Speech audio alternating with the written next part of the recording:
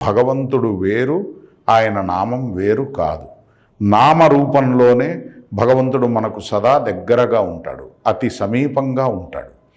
నామము నామి ఒకటే అని చెప్తోంది పద్మపురాణం. అభేదత్వాత్ నామ నామినోహో అని.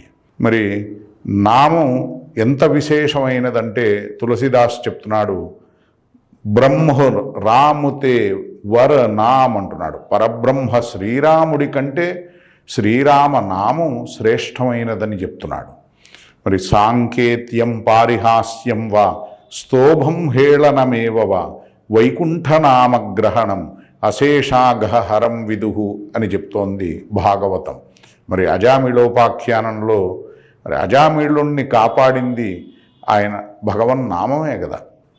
ఆ నారాయణ నామమే అజామిళుణ్ణి కాపాడింది, యమదూతల బారి నుండి రక్షించింది. మరి నామంలో ఉన్నటువంటి మహిమ సామాన్యమైనదే. మరి నిండు సభలో అవమానం కలగకుండా ద్రౌపదిని కాపాడింది మరి భగవన్నామమే కదా. గజేంద్రుణ్ణి రక్షించింది ఆ శ్రీహరి యొక్క నామమే కదా.